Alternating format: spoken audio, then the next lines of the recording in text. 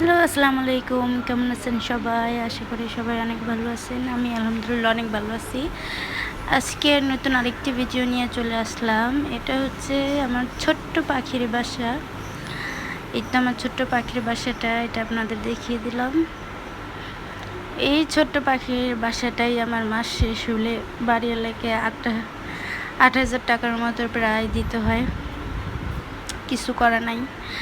ঢাকাতে যাদের নিজের বাড়ি না আছে তাদের কথা কি আর বলবো। মাস শেষ হইলে ভাড়া দিতে দিতে জিন্দিগি শেষ। সো এই তো আমার এই ছোট্ট পাখির বাসার সাথে আবার একটা ছোট্ট বারান্দা আছে, সেখানে আমি নানান ধরনের গাছ লাগিয়েছি। গাছের প্রতি আমার অন্যরকম একটা প্যাশনেট কাজ করে।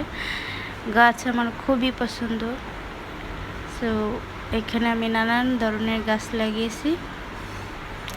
রাতের আলোতে খুব একটা ভালো করে দেখা যায় না, তাই আমি দিনের বেলাতে আমি আমার বারান্দাটা একটু দেখিয়ে দিলাম। এই যে এখানে নানান ধরনের গাছ, এটা একটা ফুল গাছ। এই গাছটা আমি ঠিক জানি না এটা কি ফুল। ওই গাছটাতে আপনার হচ্ছে যে ছোটো ছোটো গোলাপি কালারের ফুল হয়। তারপরে এখানে আমি এই যে এই পুঁই শাকটা হচ্ছে যে আমার একটা ভাইয়া আমাকে দিয়েছে। আর এখানে নিচে যে পুঁই শাকের গোড়াগুলো আছে ওগুলো আমি নিজেই লাগিয়েছিলাম।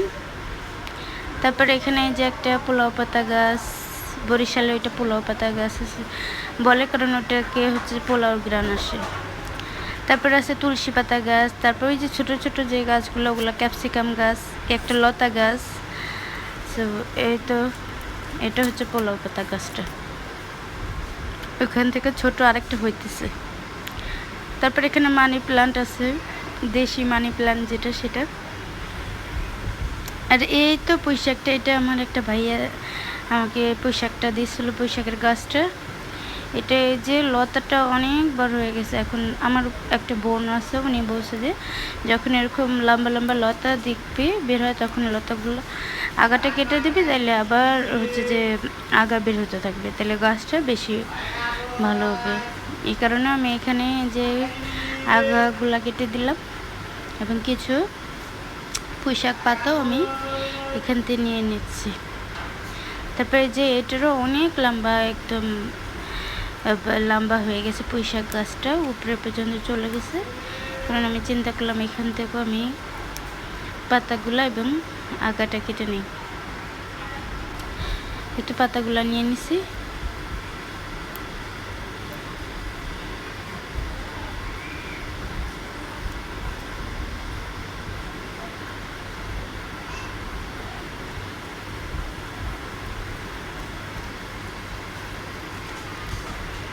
সেই পাতাগুলো দিয়ে আজকে একটা রেসিপি তৈরি করে আপনাদের দেখাবো।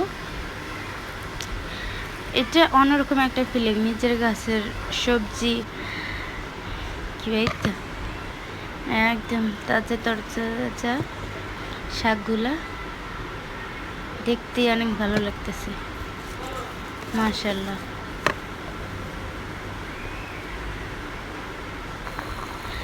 এখানে আমি একটা পটল দিয়ে আলু দিয়ে রুই মাছ দিয়ে রান্না করছিলাম, সেটা এই তরকারিটা আমি রান্না করছি। এবং এই যে এর সাথে আরেকটা রান্না আপনাদের দেখাচ্ছি। প্রথমে এখানে আমি পেঁয়াজ কুচি দিয়ে দিলাম তেলের মধ্যে। তারপরে এখানে কিছু চিংড়ি, এই যে চিংড়িগুলো, এগুলো বরিশালের চিংড়ি, আমার হাজব্যান্ড বরিশাল থেকে নিয়ে আসছে। পেঁয়াজের সাথে আমি চিংড়ি মাছগুলো দিয়ে দিলাম, দিয়ে একটু চিংড়ি মাছটাকে পেঁয়াজটাকে ভেজে নিচ্ছি। তারপর এখানে এখন আমি দিয়ে দিচ্ছি সামান্য রসুন বাটা।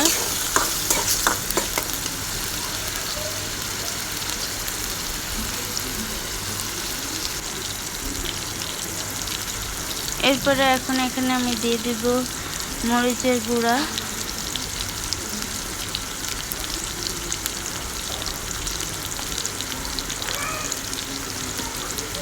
তারপরে দিয়ে দিব হলুদ গুঁড়া,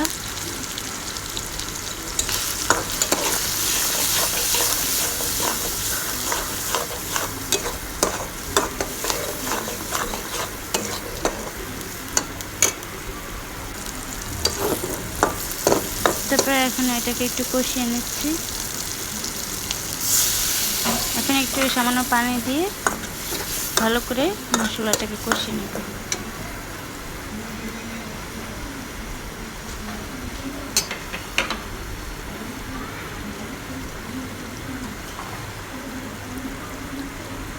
তারপর দিয়ে দিলাম লবণ পরিমাণ মতো।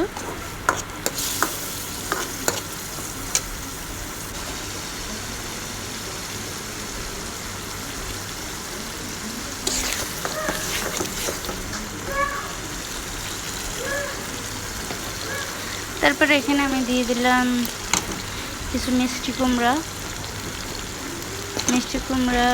আমি টুকরা করে নিচ্ছি, ছোট ছোট টুকরা, সেটা দিয়ে দিলাম।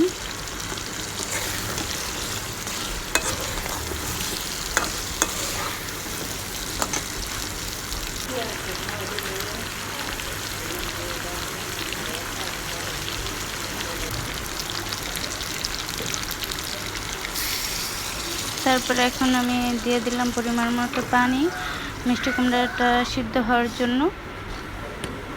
এই তো এরপর আমি এখানে দিয়ে দেবো এই তো আমার গাছের পুঁই শাক।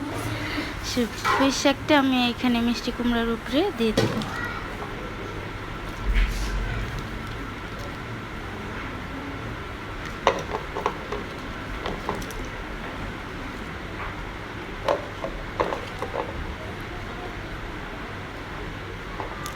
আপনারা কিন্তু অবশ্যই আমাকে কমেন্ট করবেন, আপনাদের কমেন্ট পেলে আমার অনেক ভালো লাগে।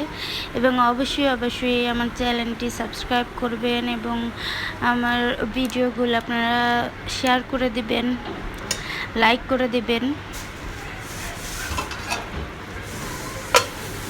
তো এখন এটা ঢেকে আমি রান্না করে নেব।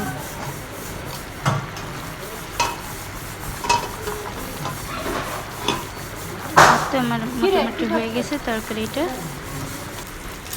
এই আমার তরকারির ফাইনাল লুক। অবশ্যই জানাবেন কেমন হয়েছে।